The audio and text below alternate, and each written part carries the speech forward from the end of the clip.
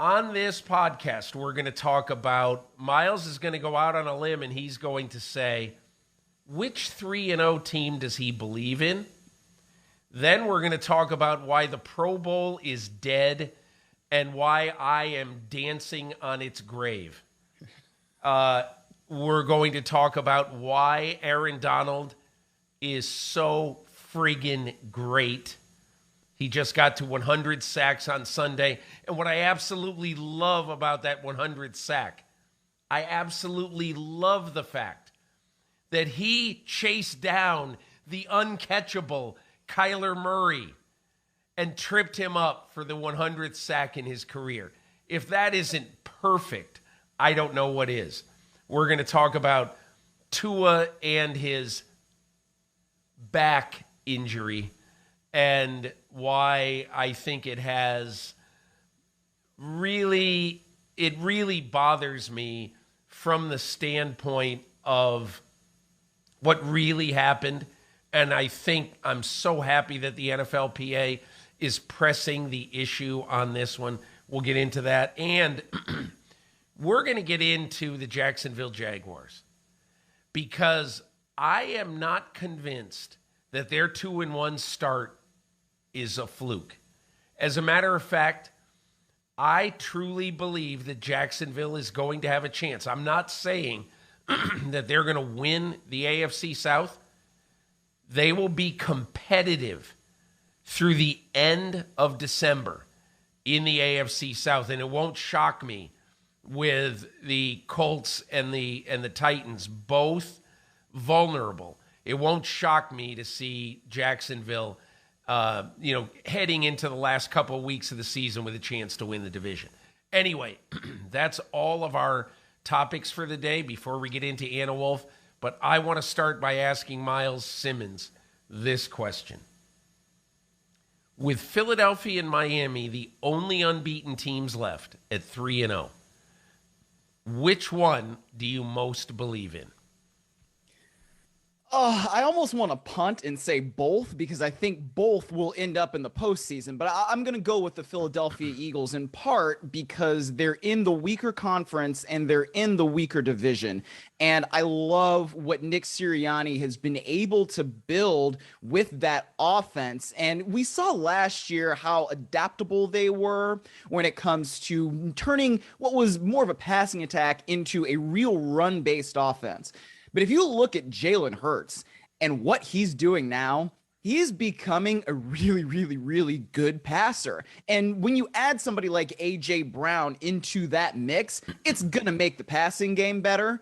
But then they've already got Devontae Smith, and when he's going for almost 160 yards in the first half of that game against the Washington Commanders, it shows you exactly how explosive that offense can be. And, it's kind of funny when you look at some of the things that are coming out of Philadelphia, and the biggest complaint they've got right now is that they're not building upon double-digit leads in the second half enough. That's a champagne problem, I think. So I love the way Philadelphia is playing right now. And I think that they could run away with the NFC East. I might have agreed with you until we saw the Monday night game this week and we saw the Dallas Cowboys on defense. And that defense is a lot better than I thought it would be now. Again, I think there is some sort of voodoo doll in the personnel department of the New York Giants that says, let's draft the cleanest tackle in this draft, Evan Neal, and we're going to put him outside on the right side. We're going to put him out on an island on that side. And then we're going to watch him get beat for 3 sacks against the Dallas Cowboys. And he wasn't even beat up a lot by Micah Parsons in this game. It was the other guys on that line, and particularly DeMarcus Lawrence. And again, look, I don't want to – this is not – look, the Giants are better than we thought they were going to be. But can they ever get the offensive line right? How much money, how much draft capital have they spent? going back to Nate Solder and Andrew Thomas and Evan Neal and all the money they have spent at guard and center and all the draft capital and free agency capital.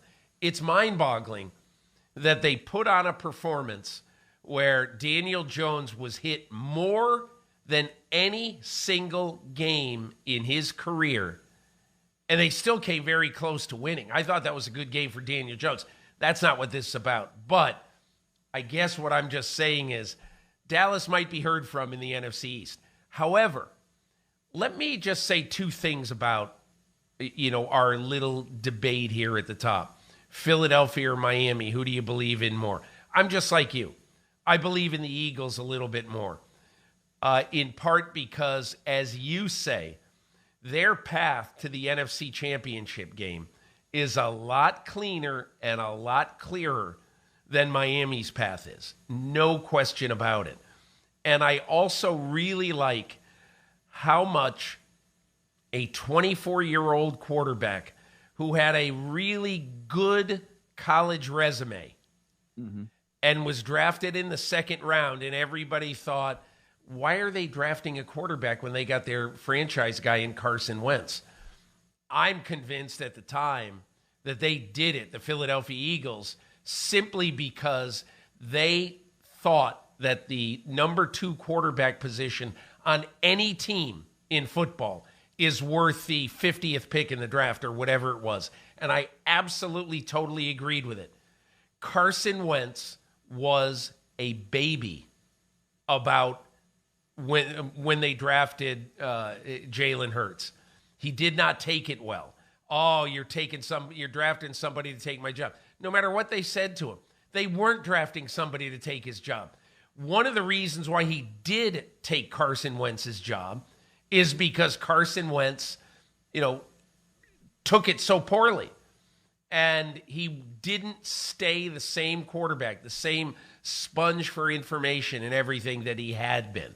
And I'm not saying that he wouldn't have eventually lost his job to Jalen Hurts.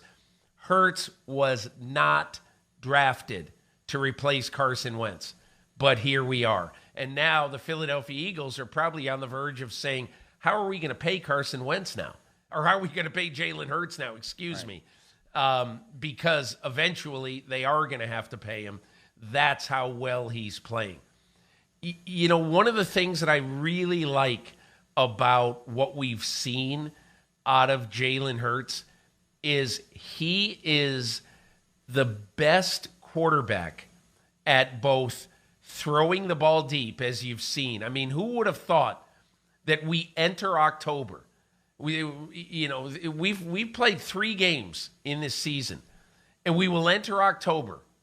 And the leader in the NFL in yards per attempt at 9.4 yards on average every time he passes the ball is Jalen Hurts. Nobody would have thought that. It would have been Josh Allen. It would have been Brady. It would have been Stafford, Justin Herbert, whatever. It isn't. It's Jalen Hurts. A.J. Brown helps. Devontae Smith really helps. And the fact that he trusts his deep arm. I think all those things really help. So I'm going to agree with you. And I'm going to say one thing about the Miami Dolphins that concerns me a bit. Okay, so Miami has had a tough early schedule. Okay, and that tough early schedule has had them playing, New England in the first week, pretty good quarterback in Mac Jones.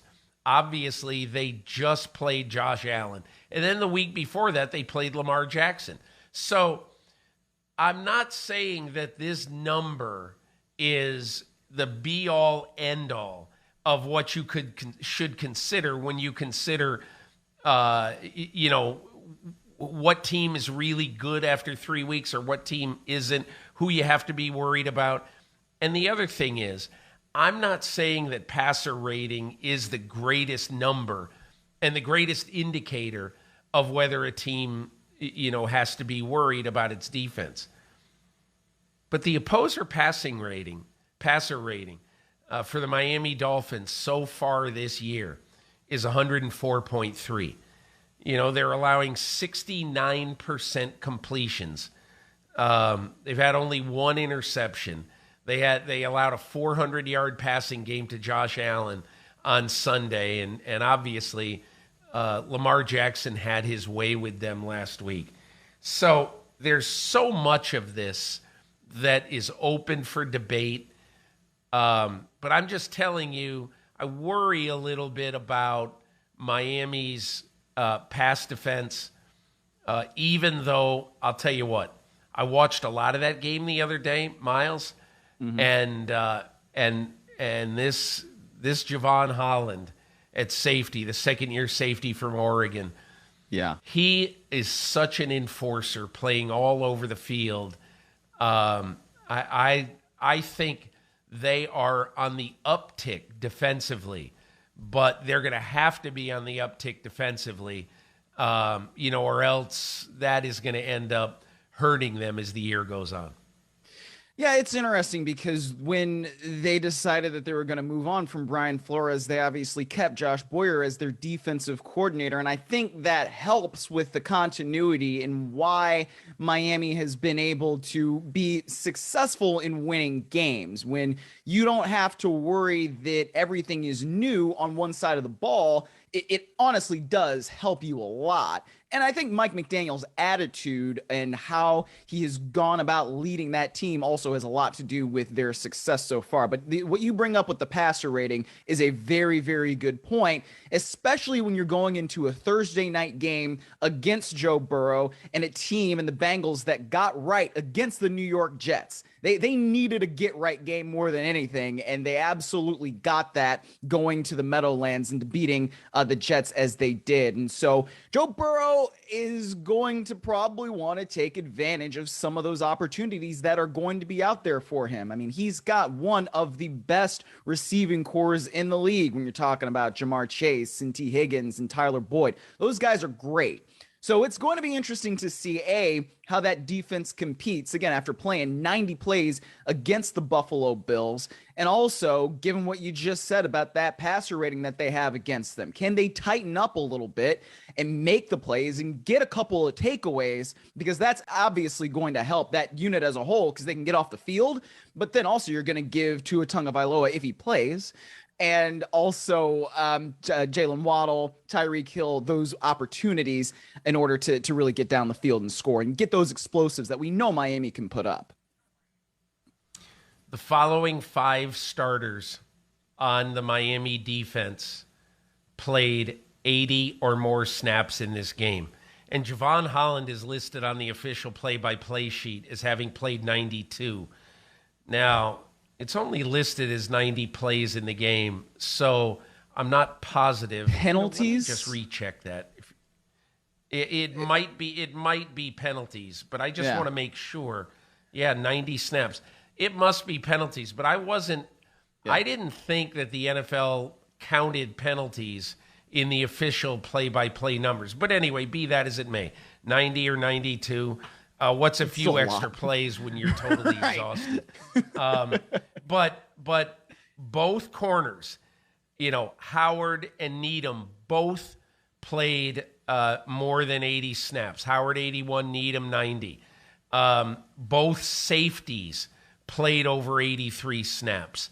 And then you have Jerome Baker, who's their sideline-to-sideline linebacker. He played 83 snaps. So I really wonder, when they get on the plane to Cincinnati on Wednesday, first of all, for people, I did this with Austin Eckler in my column last week. I asked him about what's the week like before you play a Thursday night game. And he sort of documented what happens every day. There's no practice at all. You don't put on a single pad. You just walk through all of your work during the course of the week. You may lightly jog, but you don't do anything physically in the week before a game, week before a Thursday night game. Particularly in this case, when you get beat up so much and you're going on the road, this is going to be the ultimate test of a team's resilience. And, one other thing about this, as you watch the Thursday night game, I asked after, I talked to I talked to Holland, Javon Holland, when he was in the car on the way home on Sunday, and I said, "What hurts?" And he said, "Everything." I said, "What? How much?" He said, "Everything, everywhere."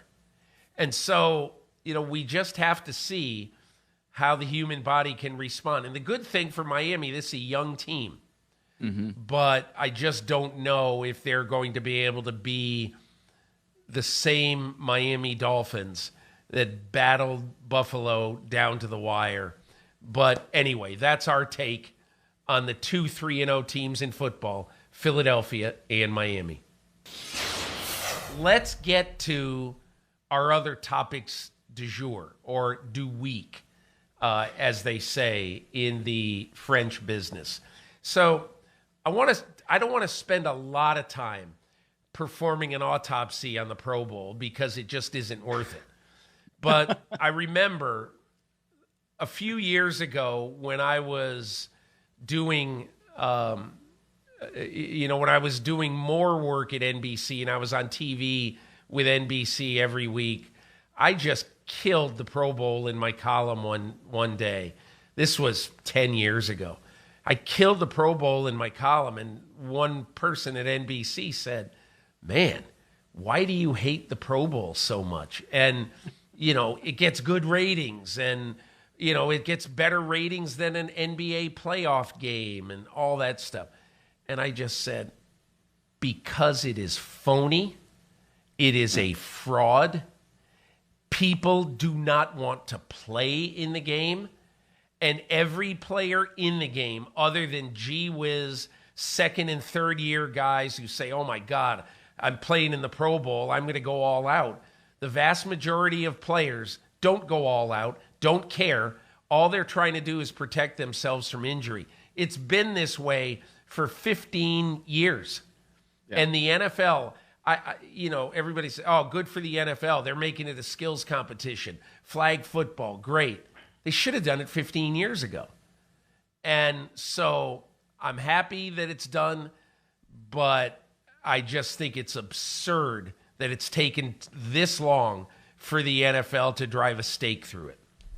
Well, frankly, Peter, I totally agree with you. It's always been kind of a farce. And I think the one play that everybody kind of shows where it's the Pro Bowl and it's great is that Sean Taylor, safety hit where he's coming up and he's blowing somebody up, but nobody really wants that anymore. And you shouldn't want that. Right. This is, as much as anything, kind of a health and safety issue. Why are you going out there and trying to play a very dangerous sport at a very high level for no good reason? That's kind of the crux of the Pro Bowl. And whether you play it in Hawaii, whether you play it after the Super Bowl, before the Super Bowl, it kind of doesn't matter. It's an all-star game that does not have the kind of cachet as an all-star game in the NBA, which is another one where they don't necessarily try all that much, but it's at least more entertaining because it's a safer sport. Or in baseball, where, again, it's different because you're not having the same amount of injury risk on every single pitch as you do with every single play in football. So, I mean, I guess the only disappointing part about this is that we won't get to see Mac Jones gritty anymore in the Allegiant Stadium end zone. So, but maybe that'll be a part of the skills competition. Maybe it'll be gritty. They'll have to do one thing like that. I don't know, but that's your best touchdown dance. But the fact that the Pro Bowl is gone, it doesn't disappoint me at all. Next topic: Aaron Donald, 100 sacks, and Myles, for those who don't know, who listen to this podcast or might be watching this podcast on the NBC Sports YouTube channel, I want you to explain to people, as someone who used to cover the Los Angeles Rams and was around them a lot and was around Aaron Donald a lot, tell me why he's so good and what is maybe a favorite memory of him that you have. Sure. The two words I would say are work ethic. And it's something that has always, always, always stood out about Aaron Donald. So I covered the Rams for 5 years for them. I was a reporter for their team website. And I started in 2014, which was Aaron Donald's rookie year. And the funny thing about that is I remember Jeff Fisher, head coach, and Greg Williams, then the defensive coordinator, like, yeah, Aaron Donald's really good, but he needs to earn it. They weren't just going to put him out there as a first-round pick and as a starter. So this is kind of an obscure trivia fact, but Kendall Langford actually started the first 4 games of that season alongside Michael Brockers in 2014. But Aaron Donald made flash plays whenever he first got out there. So week 1, they're playing the Minnesota Vikings, which was a Matt Castle versus Austin Davis quarterback battle, which, yeah, it was as exciting as you think. But Aaron Donald comes out and he makes 2 tackles for loss against Adrian Peterson. And you're kind of like, whoa, who's this? Like, that's interesting. Next week, he goes out there as a sack against the Buccaneers. And by week 4, he's starting and he's never looked back. And I remember talking to Chris Long, who now is also in the podcast business, in that locker room late in the season when it seemed like Aaron Donald was making a push to be the defensive rookie of the year, asking him, what stood out about Aaron when he first came in? And it was those words that Chris Long said, work ethic. He remembered coming into the building really early one day, either during training camp, OTAs, whatever offseason program, and Aaron Donald was already in there, and he had been in there for a while, and he was watching film. And it was just something that Chris Long had never really seen from a young defensive tackle like that, where he was just in there and he was already watching the film and he was already studying and he was breaking down things and breaking down offensive linemen. And Chris Long's like, okay, I guess this is just the way it's going to be with this guy. And so it's always been that with Aaron Donald. And so I'll tell you, once we got to LA and things really started to take off because Sean McVay became the head coach. And in 2018, when he set the single season franchise sack record, when he had 20 and a half sacks there, we were leaving Arizona. I think it was the penultimate game of the season. And he had just, I think, set that single season franchise sack record. And he was on the bus and he just broke down. And it was just one of those emotional things where he had accomplished something that was a part of his goal. And obviously he didn't get to the real pinnacle of that until he just won the Super Bowl, a few months ago in February. But it was one of those things where you could tell how much it meant to him that all the work that he had put in was really paying off on the field. And it wasn't just that he was getting the individual, records and he was doing all the stuff individually, but he was really helping his team win. And that meant so much to him. So it was really, really cool being able to, in some ways, grow up in this NFL business alongside Aaron Donald and to see him have all the success that he's had. It's been really, really cool. 100 sacks in 130 games. And I think one of the things that I think of when I think of Aaron Donald is just a scene from training camp this year when, luckily for me, I went to a practice on a day when the Rams had broken camp in Irvine and were at their practice facility at Cal Lutheran in Thousand Oaks, California. And I was on the sidelines and there was a scrum on the field. This was... one of the things that I really like about the Rams program is that when they practice against each other, when they have a scrimmage, they mean it. This is not let's take care of the guy on the other side of the line. If this is a scrimmage and we're practicing full out, I'm going to try to beat this guy and embarrass him and make him question his manhood and all this stuff. And there was a scrum at the end of one of the plays, okay? And so Aaron Donald ripped off the helmet of an offensive lineman, and he just threw it about 20 feet in the air. And I was standing with Andrew Whitworth, sounds like him. Who, luckily for him, he's now retired. But I said to him, wow. I said, what's that? He goes, look, 2 things. He said, first of all, that's happened 100 times. Yeah. At practice scrums like this. And number 2, I guarantee you it'll be forgotten. It was Rob Havenstein or Havenstein, however you pronounce it. I always get his name wrong. And he goes, I guarantee you Aaron and Rob at the end of practice will be buddies again. And I don't know if they'll be buddies, but at least it's not going to carry over.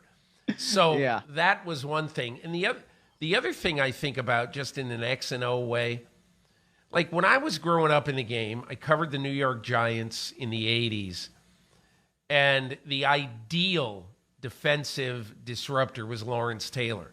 Go around the edge really fast, get to the quarterback. And he was also a real physical player. But it was about the edge players. For years, get the edge players, get the edge players. Everybody still wants the great edge players. But I also think that there is an emphasis. And the Eagles last year mentioned it to me when I was talking about Jordan Davis. And they said, look, his path to the quarterback is a lot shorter than the edge guy. And somebody there told me that's what we've learned over the years watching Aaron Donald. It's a lot shorter of a path. Plus, a guy like Jordan Davis in his prime should be able to occupy 2 blockers, which makes it more possible for other guys to get to the quarterback. Anyway, my only point is, I think by showing that you can be a sack master and a destructive influence consistently, even when you're blocked with 2 guys in the middle of that line, he's changing a lot of what really good personnel people are looking for these days. So, it's a couple of thoughts on Aaron Donald. Let's just move to Tua Tagovailoa and the so-called back injury from Sunday. And I really want to hear your thoughts on this, Myles, because I really thought after I saw this, and then after I saw him come out in the second half, over the years, so many players, even when they're concussed and they don't know where they are, have said to the coach, I'm fine. They stay in the game. And the NFL, to its credit, has put an unaffiliated neurotrauma consultant on the sidelines of every NFL game. So that person can tell when a guy seems wobbly. He can take him into the locker room and perform all the cognitive tests that the NFL now mandates on a return to play. If a guy is going to be able to return, he's got to understand that he's going to have to do this and be able to follow have your eyes follow something, and you're going to have to answer some questions that show that you're clear-eyed, not cloudy. Anyway, or clear-headed, excuse me. Yeah. So we saw Tua Tagovailoa, his head hit the turf very hard, and as he tried to get up, he wobbled and basically almost fell down, and he had to be helped to the sidelines. And so he goes into the tunnel, and we don't see him, and then he runs out, and he plays the second half. And after the game, he said it was a back injury. It wasn't a head injury. And now, I'm sorry. I'm not here to call Tua Tagovailoa a liar. Maybe it is a back injury. But I'm just saying this reminded me of the old days of football when people would say, oh, I just hurt my neck. I'm not concussed. And in this case, he said, I hurt my back. But I don't know, Myles. I don't know when you hurt your back if you get wobbly. And so I'm just a little skeptical of this. Yeah, Peter, I guess I'd start at the end of the story and then go back, because the end of the story, at least from a Monday perspective, and I guess it's not really the end because the NFLPA has opened an investigation on how Tua Tagovailoa was allowed to return to play, which I think is actually a very, very good thing, because it means we're going to be able to get down to the truth in whatever it is. But on Monday, Tua Tagovailoa was not in the concussion protocol. And so that at least says to me that things were not necessarily as bad as they might have looked, because if he had been in the concussion protocol on Monday, then that means they really did miss something on Sunday. And so from that perspective, it's like, at least we know that he is okay from the neurological head perspective on Monday. Now, in the injury report estimate, he wouldn't have practiced because of a back injury, and then also he has an ankle issue as well. So if we start there and then we work backwards, when you see that play, you're thinking, oh my goodness, that looks horrible.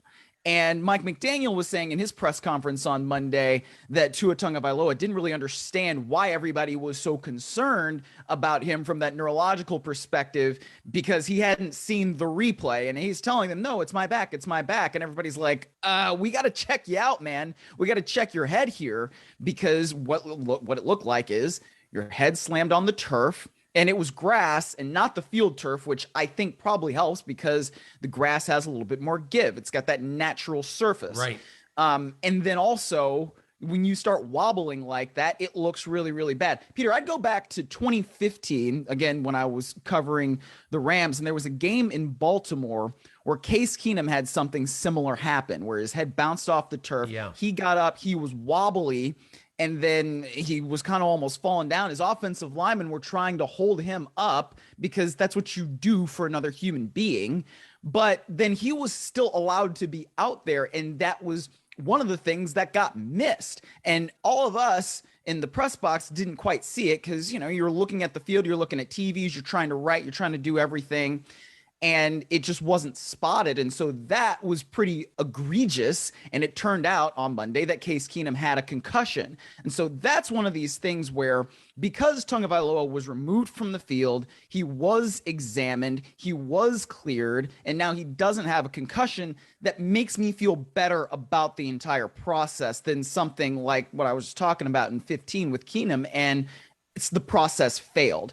Here, it appears at least the process worked, but as I said, I'm glad that the NFLPA exercised its right to have an investigation opened so that we know exactly what happened and why he was able to be cleared. I think that's a great way to put it. For now, we have to assume that the process worked because Tua Tagovailoa has to pass neurocognitive tests in the locker room to return to play. All I am saying is when I heard that it was, quote, a back injury after he slammed his head on the ground, it just didn't feel right. Didn't pass the smell test. The other thing was that the NFLPA is pushing for a look. Yeah. They announced it as a head injury, Peter, and that's part of why it was like, well, wait a minute. How does it all of a sudden become a back injury if the Dolphins have said that they're being examined for a head injury? Yeah, Tua after the game said it was a back injury and said he didn't hurt his head. But let's just see. We'll see.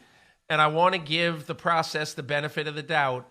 But all I can say is it really reminded me of the old days when guys would say, oh, no, I'm fine. Yeah. Okay.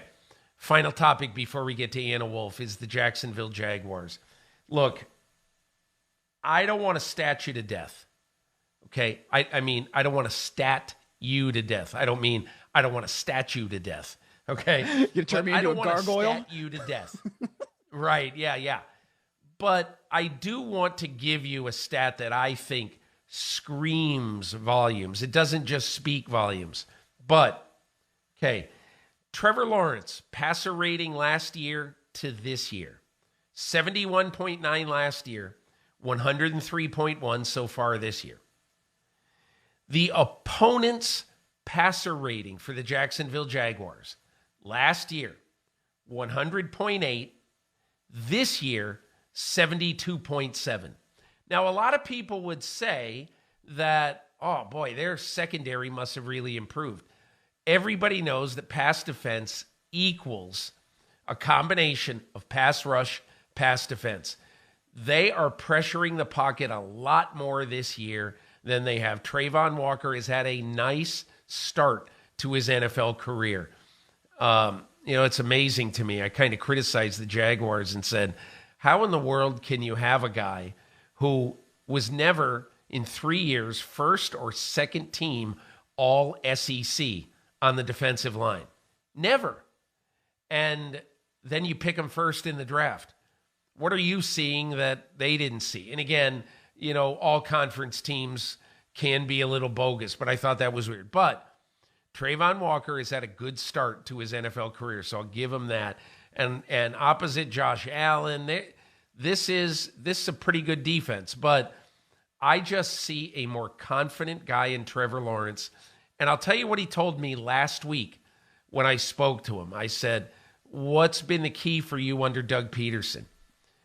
And He basically said it's knowing when to take chances and when to take 8 or 10 yards. Basically, I'm paraphrasing him. But he said in this offense, there's always a play to be made. And sometimes you're going to want to challenge and throw downfield. But I want to make a positive play every time I throw the ball. And so far, he's been great at that. The stats bear that out.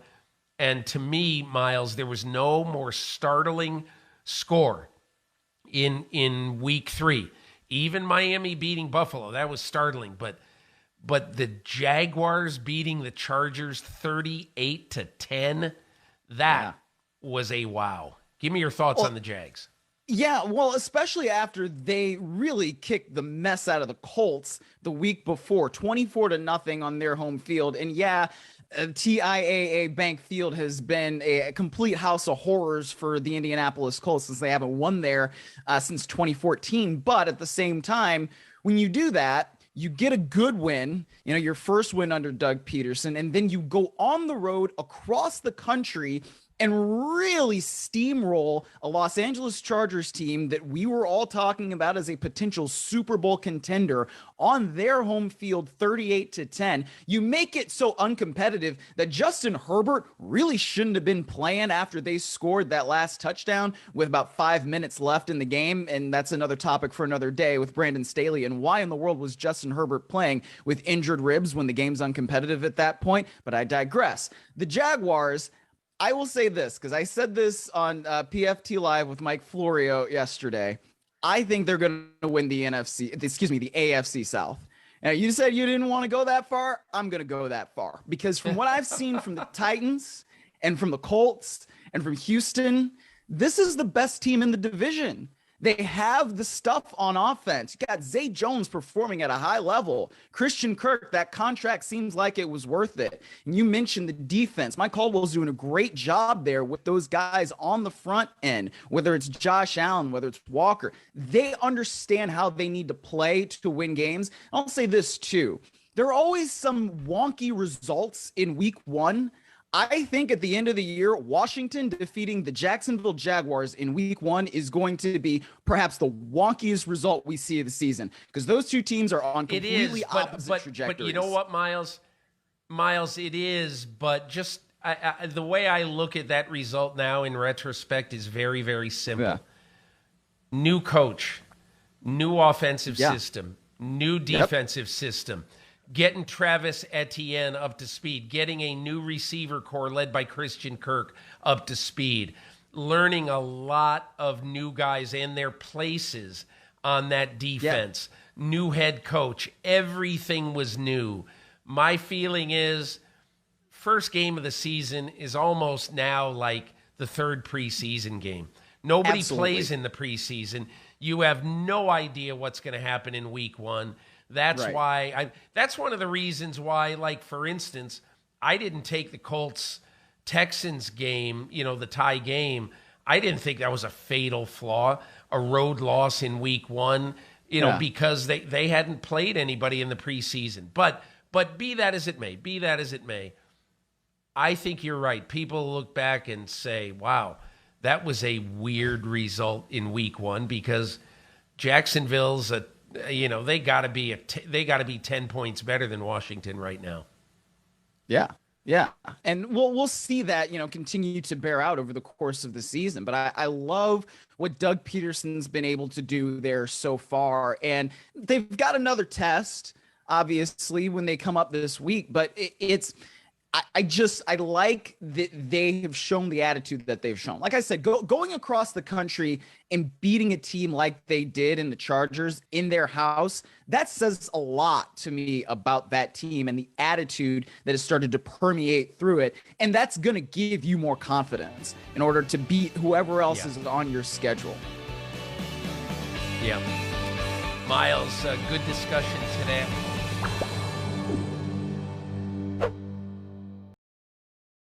Hi, I'm Mike Tirico, and thanks for watching. Make sure to hit subscribe for the latest news and highlights from NBC Sports.